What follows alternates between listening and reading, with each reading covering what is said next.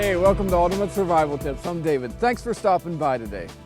Well, I'm off to Sigma 3 Survival School for 40 days of intense training and to shoot some videos. So to hold you guys over until I get back, I've selected this video. I hope you enjoy it.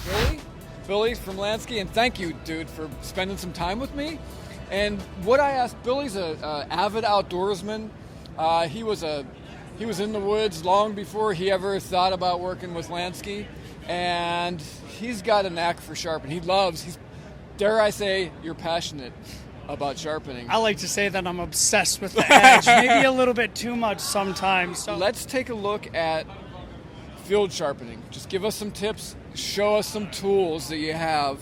So we're gonna do that. Is that all right? That works for you? Perfect for me, Okay, man, Dave. let's do it. So when I go out into the field, I'm going to carry a couple of different edge tools with me. I bring axes, machetes if that's the proper scenario, but I'm always going to have a couple of knives on me, usually a Scandi knife and a full flat grind with a nice thick bevel for doing different type of woodworking. And so since I bring a couple of different types of edges with me, I really want to make sure that my sharpening utility tools are really keyed in. So I have actually two different sets that I'll bring. If I'm doing more traditional bushcrafting type of things and bringing a Scandi and an axe with me, I'm going to actually bring out these three tools right here, Dave. We have the dual grit puck right here.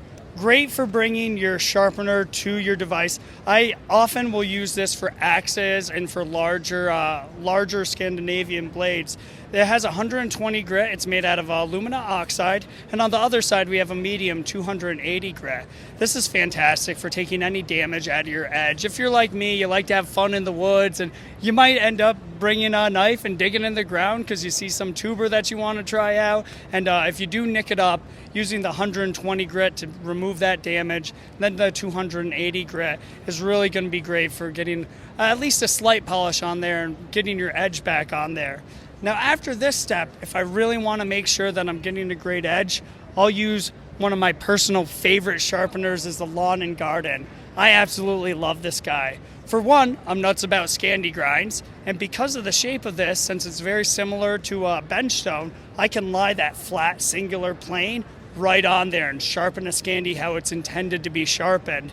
Also, because of its length, if I have a machete or if I'm trying to, put the final touches on convexing an axe bit, I can bring this right to the edge, and it gives me just that little minute controls that I might need to get the perfect edge for me. This comes in right around a 400 grit right here. So if you are looking for a more polished, more refined edge, one of the best portable sharpeners that we carry, and we actually carry a full line of them, is our dog bone sharpeners.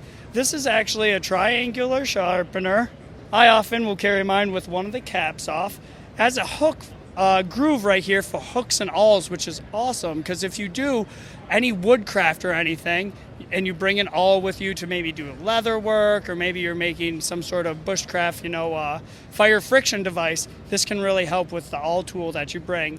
It's a 600 grit alumina ceramic, so you're going to get a great polish whether you have a stainless or a high carbon steel. And because it's triangular and a flat, you can use this to polish up the grind on your Scandi. These three tools all together is going to come up to only about 50 ounces, maybe even less than that. And it makes a lightweight but really versatile sharpening kit that you can throw in your bag for overnight stays, day hikes, and everything in between. So these three tools combined can handle everything from axes to machetes to Scandi grinds to full flats and everything that you could imagine bringing into the woods. That's great. Dude, thank you so much for being with me. For your convenience, I've included links to all the gear that I've mentioned in the video description on YouTube. Just click the Show More tab under this video. So don't forget to subscribe to this channel. And for more gear reviews, survival tips, and survival news, check out ultimatesurvivaltips.com.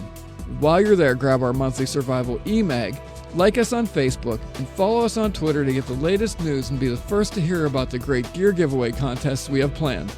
Okay, this is David. I hope to see you on the other side, and remember, be prepared because you never know.